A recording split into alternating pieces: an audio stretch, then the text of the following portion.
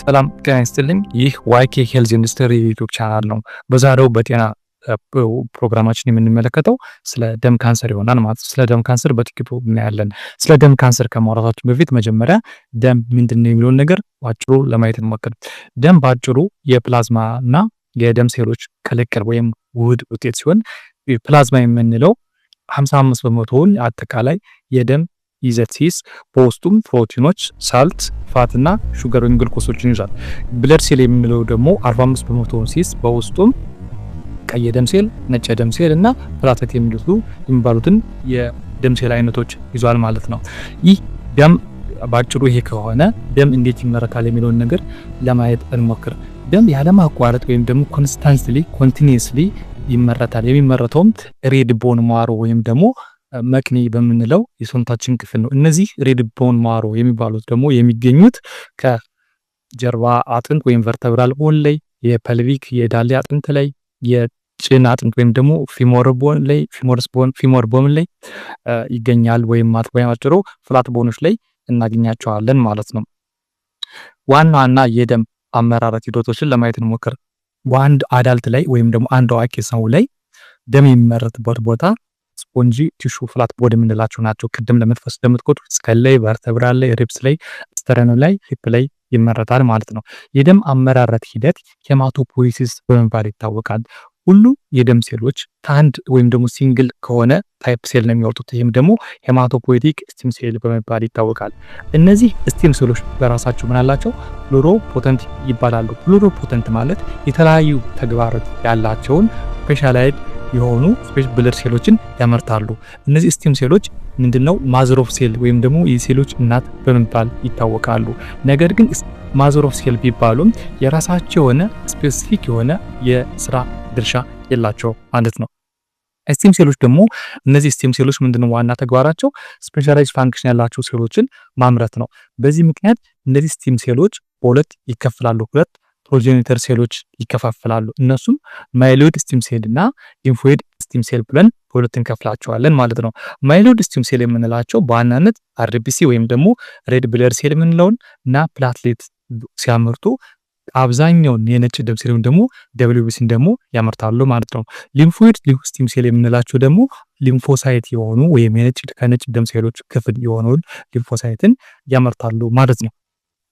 የንም ሬጉሌሽን ወይም ደግሞ ብለድ ሬጉሌሽን ስንመለከት የቀይ ደም ስርን በዋናነት እንመልከት። ቀይ ደም ስር ቁጥጥር እንዴት ይከናወናል? ሃው ቱ ሬጉሌት ሬድ ብለድ ሴል ካልን በዋናነት የቀይ ደም ሴል ዋና ተግባር ኦክሲጅንን ከሳምባ ተቀብሎ ማለት ነው። ከሳምባ ወደ ልብ፣ ከልብ የተቀዳውን ኦክሲጅኔትድ ብለድ ያለው ደም ማለት ነው ከልብ ይቀዳና ወደ ተለያዩ የሰውነት ክፍሎች ኦክሲጅን ያለው ደም ያደርሳል። በተቃራኒው ደግሞ ዲኦክሲጅኔትድ ወይም ደግሞ ካርቦን ዳይኦክሳይድ ያለውን ደም ወደ ምን ይመጣል ማለት ነው? ወደ ሳምባ ያመጣና እንዲጣራ ያደርጋል። የቀይ ደም ሴል ዋና ተግባሩ ይሄ ነው። በሰውነታችን ውስጥ የኦክሲጅን መጠን ሲቀንስ ወይም ደግሞ የኦክሲጅን ሌቭል ሎው ሲሆን ኪድኒ ማለት ነው ወይም ደግሞ ኩላሊታችን መልእክት ይልካል። ይህ መልእክት በምን መንገድ የሚያስተላልፈው? ኤሪትሮፖይቲን በሚባል ሆርሞን በመልቀቅ የቀይ ደም ሴሎች ማነሳቸውን ለቦን ማሮ መልእክት ያደርሳል ማለት ነው። ይህ ኤሪትሮፖይቲን የተባለው ሆርሞን ደግሞ ምን ያደርጋል? ቦን ማሮ ላይ በቂ የሆነ የቀይ ደም ሴሎች ስለሌሉ ብዛት ያላቸው የቀይ ደም ሴሎች እንዲመረቱ መልእክት ያደርስና ቦን ማሮ እነዚህ ቀይ ደም ሴሎችን እንዲመረቱ ያደርጋል ማለት ነው።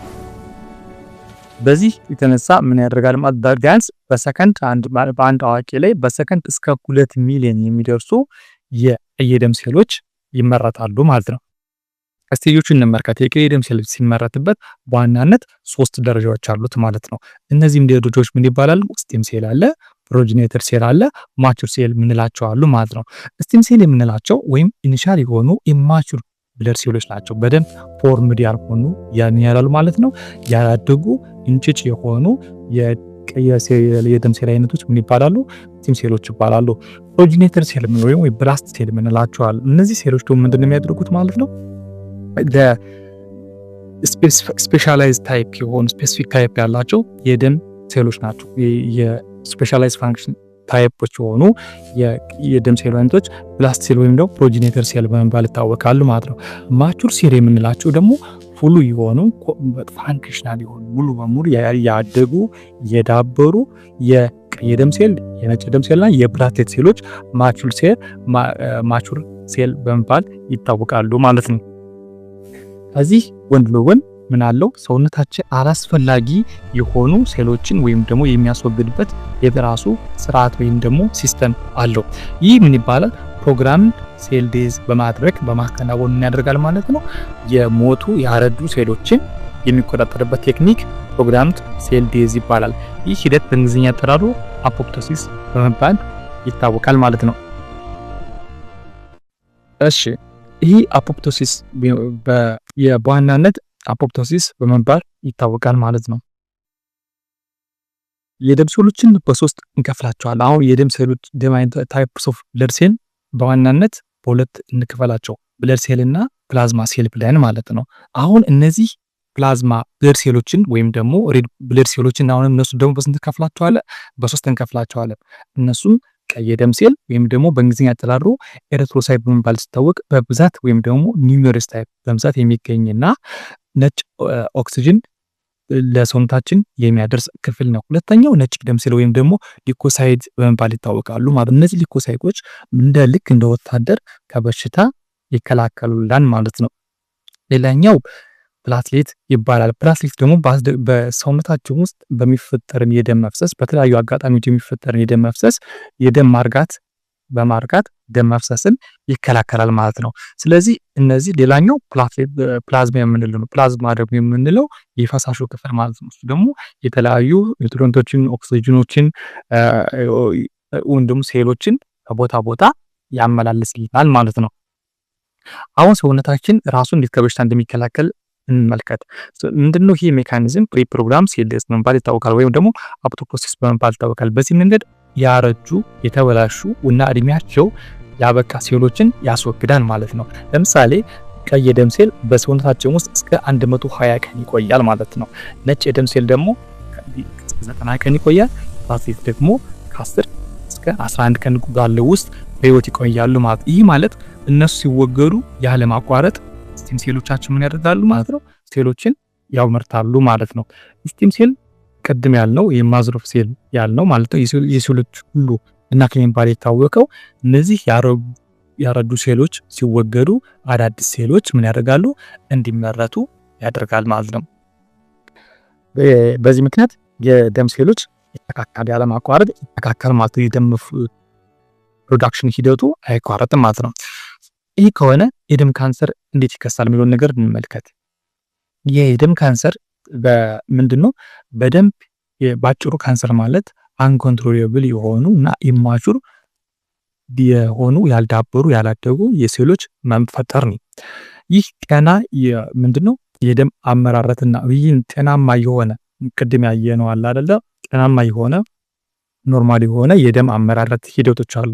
ይህ ጤናማ የሆነ የደም አመራረትና አወጋገድ ስርዓት በተለያዩ እክሎች ሊዛባ ይችላል። በዚህ የተነሳ ምን ያደርጋል ማለት ነው? ያልዳበሩ ያላደጉ የደም ሴሎች እንዲመረቱ ያደርጋል። እነዚህ እንጭጭ የሆኑ ወይም ነው ኢማቹር የሆኑ የደም ሴሎች ወደ ደም ውስጥ ይገቡና ከቁጥጥር ውጭ በሆነ አንኮንትሮሌብል በሆነ መንገድ ራሳቸውን ያራባሉ ማለት ነው። እነዚህ ከቁጥጥር ውጭ ሆኑ በኖርማል የሴል ኮንትሮል ወይም ሬጉሌሽን ሲስተም ውስጥ የማይካተቱ ደግሞ ተግባር የሌላቸው ሴሎች ምን ይባላሉ? ካንሰር ሴል በመባል ይታወቃሉ ማለት ነው። እንደ ሌሎቹ እንደ እድገት ደረጃቸው እነዚህ አሁን የካንሰር ሴሎች በሰውነት ውስጥ መግባት ጤናማ የሆነውን የደም ዝውውር ወይም ደግሞ የደም ሴሎች ምን ያደርጋሉ ማለት ነው? አፌክት ያደርጋሉ፣ የእነሱን ስራ ያወካሉ ማለት ነው። በዚህ የተነሳ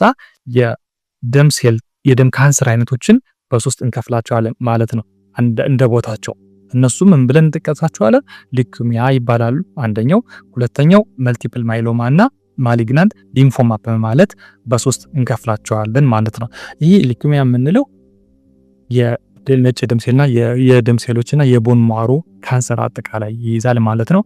መልቲፕል ማይሎማ የምንላቸው ደግሞ የፕላዝማ ሴሎችን ካንሰር የሚያመጣ መልቲፕል ማይሎማ በመባል ይታወቃል ማለት ነው። ማሊግናንት ሊምፎማ የምንለው ደግሞ ሊምፋቲክ ሲስተምን እና የሊምፋቲክ ቲሹዎችን ላይ የሚፈጠር የደም ካንሰር አይነት ሊምፋቲክ ማሊግናንት በመባል ይታወቃል ማለት ነው።